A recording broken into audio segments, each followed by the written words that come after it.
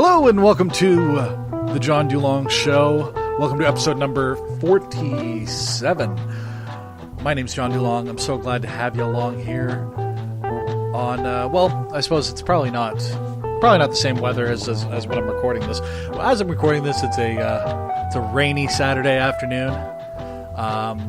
Just enjoying sort of it's like warm but windy and cool and rainy. I don't know, man. It's a nice. I like Saturdays like this. I just do. I hate the rain, but like by the same token, like I hate the rain if I have to be out in it. You know what I mean? But by the same token, like if I'm just able to just sort of stay in my pajamas and just chill out, and it's a rainy day, and like maybe there's a soccer game on that I want to watch later, which there is. It's a nice way to spend a day. I made some chili. I don't know, like that's like I'm not the biggest, like I'm more of a summer guy, like late summer, hot days, cool nights. That's what I'm after. I don't hate autumn per se, but like it does take me a little bit to get into the rhythm of it. I think maybe that's the problem that I have with it, is it takes me a second to really get into the rhythm, the spirit of autumn. And by the time I do, it started to snow. We did get a little bit of snow here in Halifax this week. It's like a day of just afternoon of flurries that didn't stick around. They didn't really matter by any stretch of the imagination, but I am not looking forward to snow, guys. Not looking forward to it at all. But in any case, I just wanted to say at the top of the show, before we get into anything else, if you're listening to this on or around the day that I release it, which is Monday, this coming Wednesday, October the 24th, between 6 and 9 p.m., I'm going to be at Vinny's Pub over at Mount St. Vincent University for MountCon. It's put on by the Mount Campus Rec. They're hosting MountCon, which is an event that's going to be housing a few different folks from the looks of things. Of course, put on by Mount St. Vincent Campus Rec. Mount St. Vincent University Student Union is there. Residence Life, Vinny's Pub, the Paranormal Society of Mount St. Vincent University, which that's interesting. There's also going to be some Dungeons and Dragons being played there, and yours truly is sitting at the discussion table to talk about all things podcasts between 6 and 9. I guess we're sort of kind of doing it as a one-man panel sort of deal. I think I'm just going to sort of treat it as we'll maybe do a few different rounds. I don't know how it's going to work. Maybe we'll do a few different rounds of like me sort of explaining what this show is, what I do each week, and then answering any questions people might have about starting their own podcast. I'm by no means an expert. I know what I know.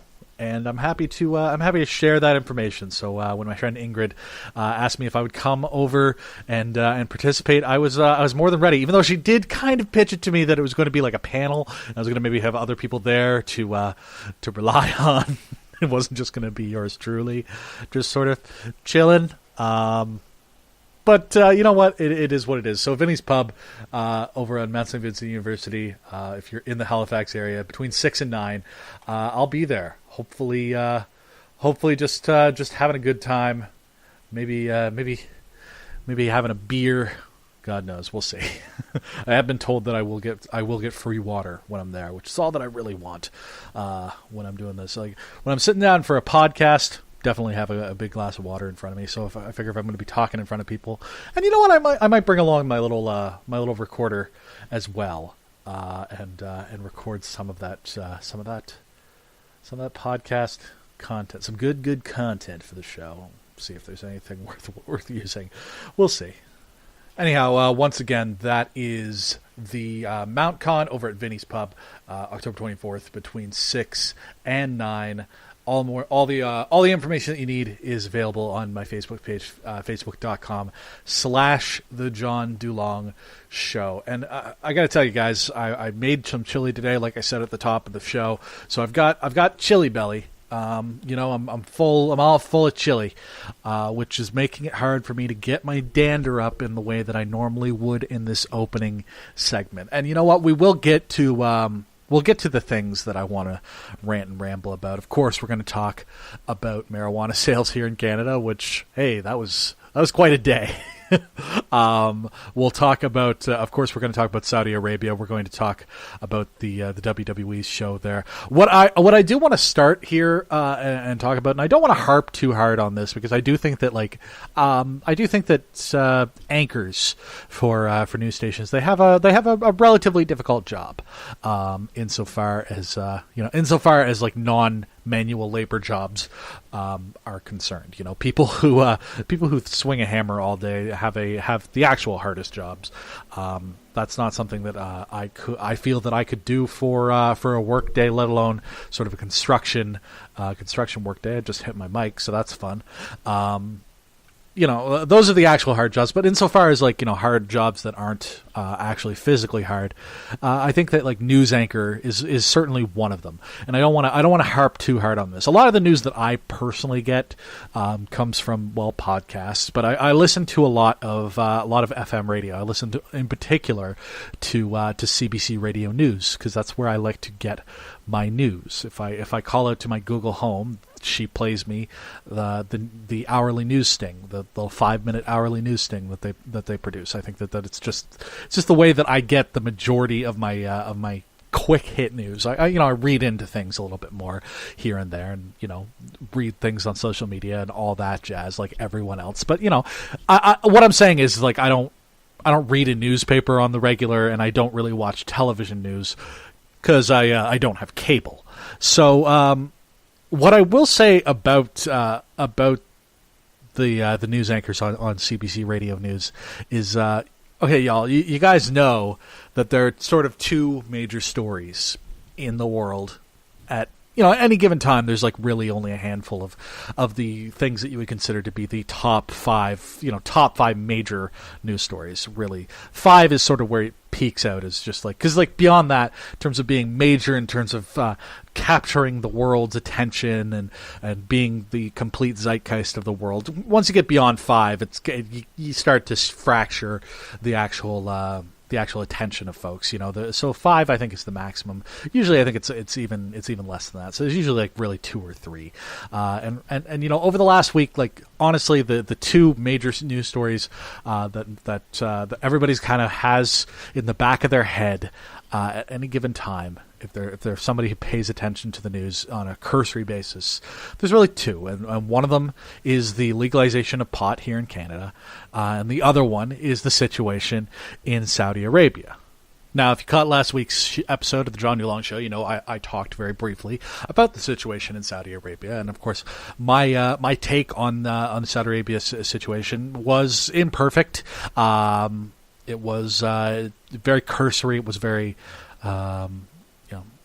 it was missing a lot of important sort of puzzle pieces, I guess, of the actual sort of background of what's going on with Saudi Arabia lately, and Mohammed bin Salman and his sort of situation, and really great piece on this in this week's episode of On the Media from WNYC. It's a great podcast. I highly suggest that you listen to it if you don't already. Now, I knew that I was going to have to say the name of the journalist who has now been confirmed to have been killed. We'll get into that a little bit later on in the show when I have less of chili belly on the go. I knew that I was going to have to say the gentleman's name, and I knew that I was going to have some struggle with that. So I went to Google because I knew that he was a newsworthy individual. It was a name that was going to be said many times, and I just Googled his name with the word pronunciation, and it came up with a YouTube video that gave me Jamal Khashoggi. The number of different ways that people have been pronouncing this, you guys know that you're going to have to say this word, CBC news anchors. That it's going to come up. You have a news script before you have to record it. Just take the 5 seconds to go, all right, how do I say this? So I'm not saying Khashoggi, and then in a separate sentence, Khashoggi. It's ridiculous to me. that they don't take the 5 seconds. Like, I am the least professional type of voice that you could get in this sort of industry in terms of the magic of making audio content. I'm very much an amateur, ladies and gentlemen. I've been doing this for about a year now, and I got to tell you, things have not necessarily gotten better in terms of my capabilities. But what I will say to you is this: you can just very simply do these sorts of quick Googlings to just make yourself sound just a little bit more informed, even when you're just kind of an asshole with a microphone like I am. So that was something that brought a sort of sick smile to my face in a lot of ways. Just like, you know what, I may not have the money of the CBC, but I certainly make use of the resources available to me in a much better way. Anywho, on the other side of this little break, well, I'm going to talk about it because it's been the biggest news story, at least in my world. The legalization of marijuana. It went down this past week, and just my view of it on the other side of this.